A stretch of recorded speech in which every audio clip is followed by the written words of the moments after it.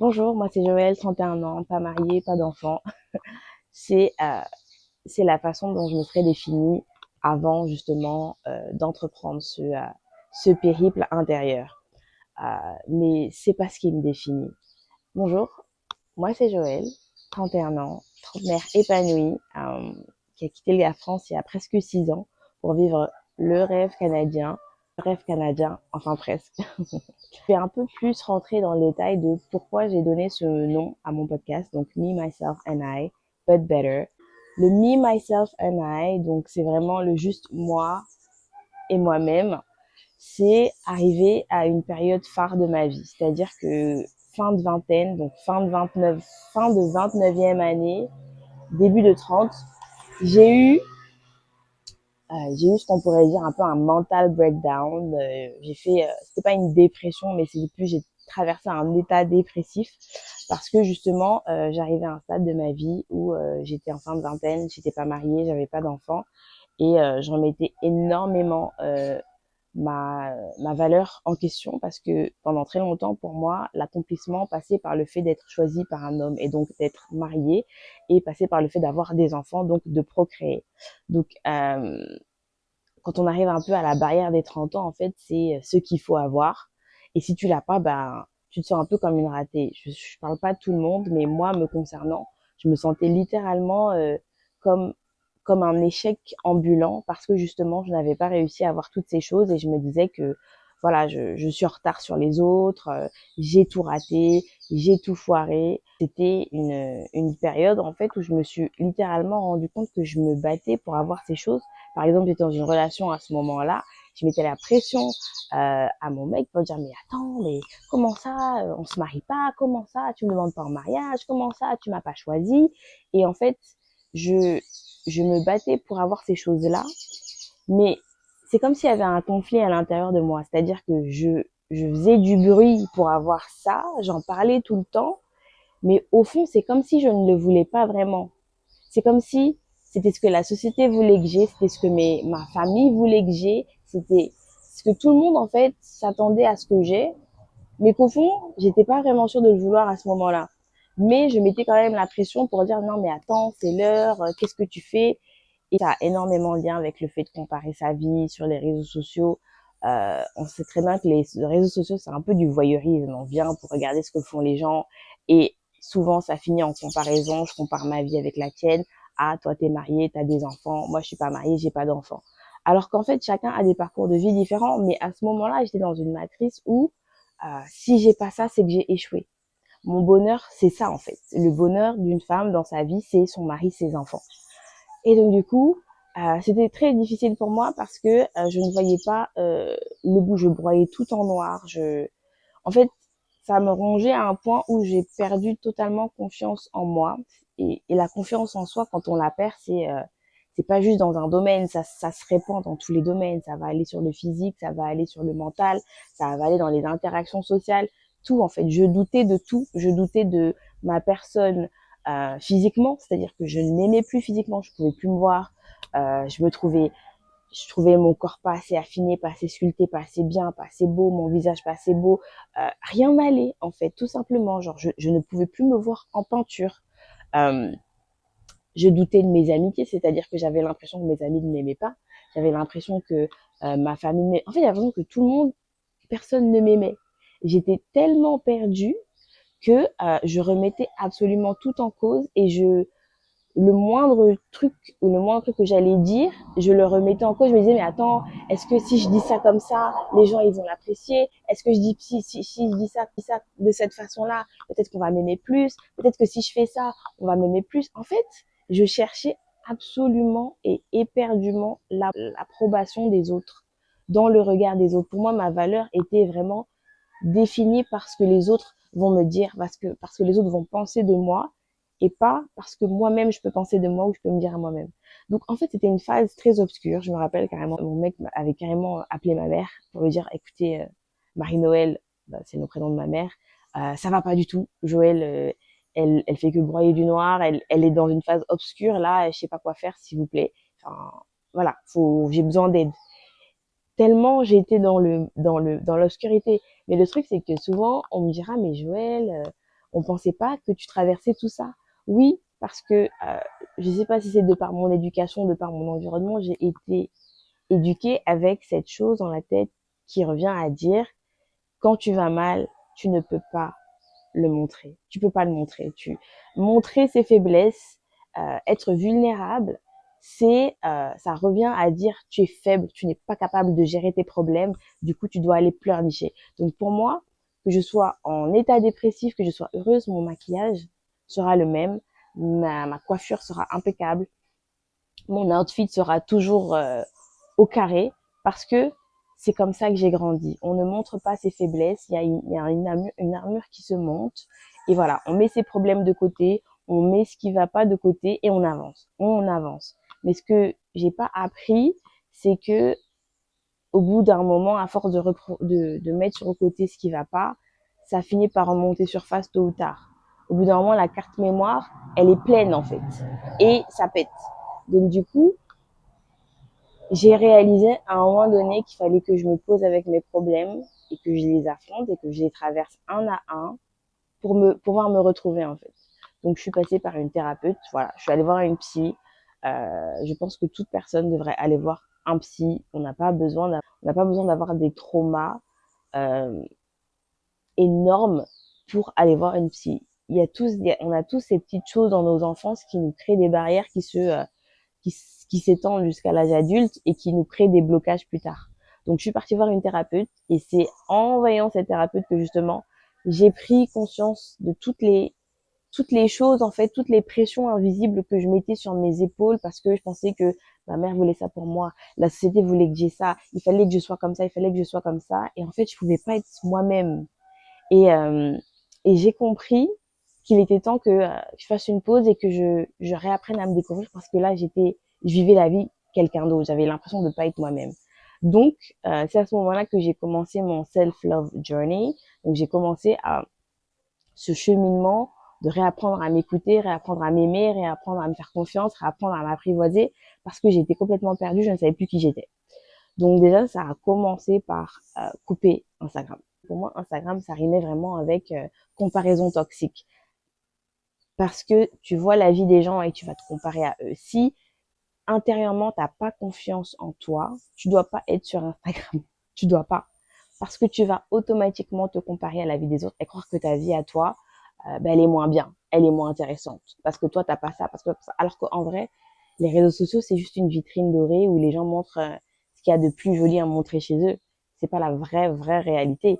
Au final, peut-être que toi, tu penses que sa vie est meilleure, mais peut-être que toi, lui, il pense que toi, ta vie est meilleure. Donc, en vrai, on ne sait jamais. C'est vraiment de la comparaison toxique.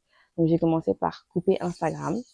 Ensuite, j'ai commencé à faire des solo dates. C'est-à-dire que moi, c'est pas dans ma culture, c'est pas dans ma façon d'être de faire des choses seule. J'ai toujours fait des choses avec des gens. Et si les gens n'étaient pas là, je ne faisais pas. Donc là, c'était apprivoiser sa propre compagnie, être en accord avec le fait de faire les choses seule, de faire les choses dans la solitude. Donc j'ai commencé mon premier solo day, je me souviens, je suis partie dans le café en face de ma salle de sport, j'ai bu un green smoothie. Voilà, c'était très bon, c'était quelque chose que j'avais jamais forcément goûté et j'étais toute seule et c'était très bizarre au début. T'as l'impression que tout le monde te regarde, que tout le monde te juge, que tout le monde te dit ah ouais, elle a pas d'amis celle-là. Mais c'était agréable et je me suis dit oh ok ok je peux le faire. Je me rappelle que j'avais pris un selfie de moi à ce moment-là aussi et et ça faisait très longtemps que j'avais pas pris de selfie sans filtre. C'est pour vous dire que pendant très longtemps, avant même d'avoir ce mental breakdown, moi j'avais une vision déformée de moi-même, c'est-à-dire que je pouvais pas faire de photos sans filtre Instagram. Et vraiment les filtres qui vous déforment le visage en mode c'est plus vous. Parce que pour moi, ben, j'étais belle avec les filtres, mais dès que je les enlevais, je me trouvais tout de suite moins belle. Donc réapprivoiser mon visage tel qu'il est, avec mon nez tel qu'il est, et mes imperfections telles qu'elles sont. Euh, donc voilà, j'ai commencé à faire des petits solo dates par-ci par-là, un petit cinéma, et toujours en étant seule. Parce que c'était apprendre vraiment à, euh, à être heureuse en sa propre compagnie. Quelque chose que je n'avais jamais essayé de faire parce que c'est pas ce qu'on nous apprend à faire quand on est petite. On nous apprend indirectement à attendre d'être choisi par un homme et un peu à centrer les hommes et un peu tout ce qu'il y a autour de nous, sauf nous-mêmes en fait. On ne nous apprend pas à nous centrer, à nous mettre au centre de notre vie en tant que petite fille et en tant que femme. Donc c'était ce que j'étais littéralement en train d'essayer d'apprendre. À force de faire mes petits solo dates, j'ai eu cette petite voix dans ma tête. Je pars du principe qu'on a tous une petite voix dans notre tête qui nous dit ah, fais attention à ci, fais ça. Et en fait, cette petite voix, c'est un peu notre intuition. Et je pense que quand on est perdu, on n'écoute plus cette voix. Elle est un peu dissimulée dans tout le brouhaha qu'il y a autour de nous. Et là, en fait, cette petite voix, elle était claire, elle était forte. Et elle me disait, Joël, va plus loin. Joël, dans ton self-love journey, dans ton cheminement d'amour de toi-même, va plus loin. Et donc, du coup, je me suis dit, ok, je vais faire un voyage toute seule.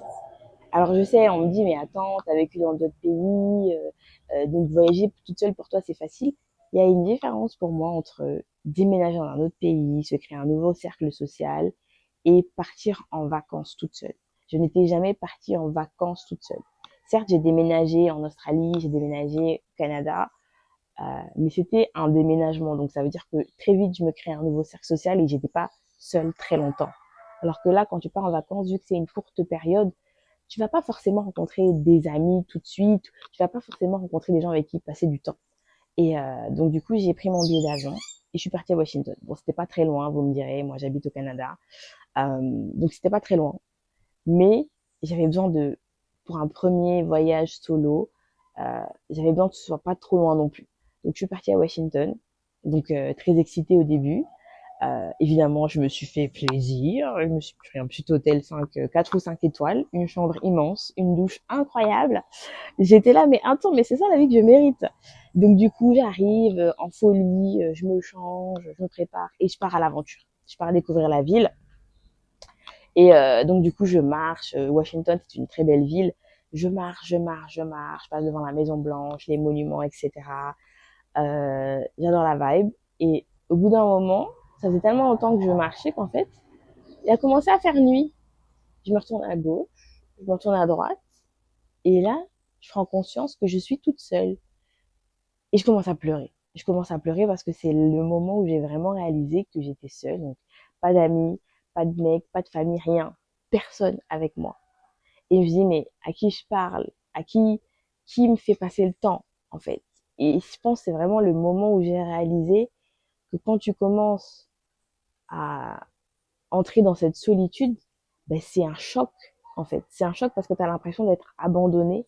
Tu as l'impression que en fait, t'es un échec parce que personne n'est là avec toi.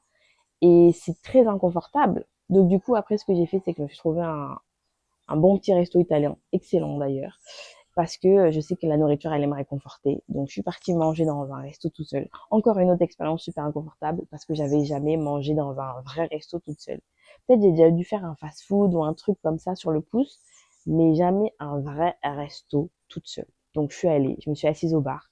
Je me suis rendu compte que j'étais pas la seule à venir manger toute seule et qu'il y avait quand même pas mal de gens qui faisaient l'exercice. Donc, au début, je savais pas quoi faire. Est-ce que je me mets sur mon téléphone? Est-ce que j'essaie de parler aux gens? Est-ce que je fais du eye contact? Est-ce que je me mêle de mes affaires? C'était très, voilà, je me posais énormément de questions. J'avais un peu de mal à ajuster mon comportement. Et du coup, j'ai fait un peu des deux. Donc, un peu sur mon téléphone, un peu essayer de, voilà, de parler avec la barman, parce que du coup, j'étais au bar. J'ai fait un peu de tout. Et du coup, j'ai parlé à une personne qui était assise à côté de moi, parce que j'entendais qu'elle était de Toronto, donc j'ai fait un peu la conversation. Et j'étais quand même fière de moi d'avoir parlé à quelqu'un que je connaissais pas. Parce que le truc, c'est que quand tu te perds toi-même et que tu perds confiance en toi, ben, même parler avec quelqu'un que tu connais pas, ça devient dur, tout devient lourd. Donc après ça, je suis rentrée chez moi. Bah, j'ai encore pleuré, je vous cache pas, hein, j'ai encore pleuré.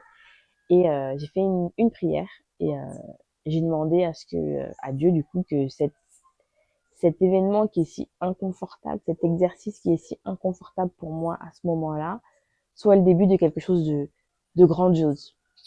Et à partir de ce moment-là, tous les jours d'après, j'ai kiffé mon voyage à mort.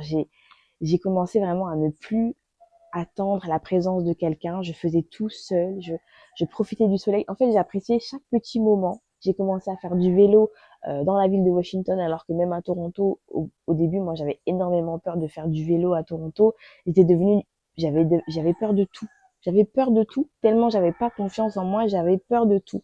Donc du coup, me voir dans cette ville que je ne connaissais pas en train de faire du vélo, libre comme un oiseau, je me suis dit mais waouh, j'avais mon trépied avec moi, donc je prenais mes photos. C'était inconfortable parce que les gens te regardent, se disent mais qu'est-ce qu'elle fait? Il y a personne pour la prendre en photo. Mais en fait, les gens se disent rien. Au contraire, les gens te sourient et je pense quelque part ils disent mais waouh, elle a du courage. Et donc du coup, ce voyage vraiment ça a été le point culminant où je me suis dit toute femme devrait déjà faire ce travail d'introspection, ce cheminement, ce cheminement d'amour de soi. Et encore plus, toute femme devrait partir en vacances seule. Toute femme, pour être heureuse dans sa vie, en fait, elle doit être heureuse avec elle-même, elle doit être heureuse avec sa solitude, et ça commence par là. Je me rappelle aussi, à un moment, j'étais dans ma douche de 4 étoiles, évidemment, et vous savez, c'est les douches avec les trucs massants sur les côtés qui envoient du jet et ça vous masse le corps. Et je me suis mise à crier, mais c'est ça la vie que je mérite en fait. Et c'est pas pour dire je mérite une vie de luxe, même si je mérite une vie de luxe. C'était plus l'image de dire je mérite d'être heureuse en fait. Et pour être heureuse en société, il faut d'abord être heureux avec soi-même. Et là, j'étais heureuse avec moi-même. Vraiment, ce voyage, c'est ce qui a changé ma perspective des choses et ce qui m'a fait comprendre à quel point mon super pouvoir, c'était d'être moi-même.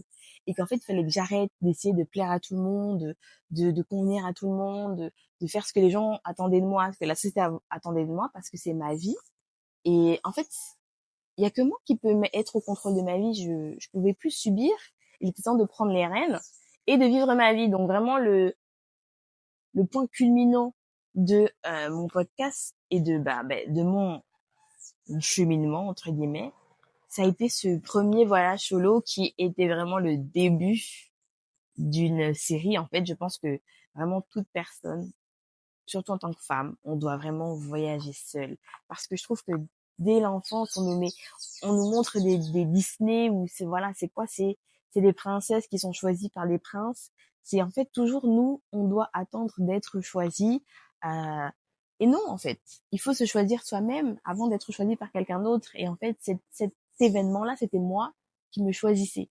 Et c'était tellement, tellement, tellement beau, tellement, tellement important pour moi. Le but better de mon podcast, c'est quoi? C'est cette version de moi-même qui est toujours moi-même, mais c'est une version beaucoup plus alignée, beaucoup plus enclin à s'écouter elle-même, à écouter son intuition et qui n'a pas peur de dire non par peur du rejet ou par peur de la solitude. Si je lance ce podcast aujourd'hui, c'est vraiment parce que je veux que, en tant que femme, on prenne conscience de l'importance d'avoir confiance en nous, de l'importance d'avoir l'amour de soi-même et de l'importance d'apprécier notre propre solitude pour ne pas avoir à dépendre de un homme, des amis, des membres de notre famille. Parce que ce qui doit primer, c'est la qualité avant la quantité. Alors que quand on n'est pas capable d'apprécier sa propre solitude, quand la solitude nous fait peur, on va settle for less, on va baisser nos standards, on va dire bon, entre traîner avec cette personne que j'apprécie pas, qui a une très mauvaise énergie et traîner seule, je préfère traîner avec cette personne-là. Non, parce que quand tu es capable quand tu prends conscience à quel point c'est agréable d'être dans ta propre solitude et que tu es épanoui de cette façon-là, tu vas pas, tu vas préférer rester seul. Et c'est vraiment là que l'expression « il vaut mieux être seul que mal accompagné » prend tout son sens. Me, myself and I, but better. C'est vraiment l'histoire d'une femme qui a dû déconstruire toutes ses barrières limitantes, qui a dû enlever le poids de ses pressions invisibles pour partir sur son cheminement de vie, pour partir sur un cheminement d'amour de soi et qui, en faisant ce cheminement, s'est retrouvée et qui est devenue une version beaucoup plus alignée d'elle-même. Et en fait, c'est ce que je veux faire pour toutes ces femmes, celles qui sont alignées, celles qui sont pas alignées. Je pense que toute femme a une expérience à partager, un, une leçon de vie à donner. Et donc vraiment, ce podcast, c'est la grande sœur que tu n'as jamais eue ou que tu as peut-être, mais on n'a jamais assez de grande sœur sur cette terre. On n'apprend jamais assez. Et voilà.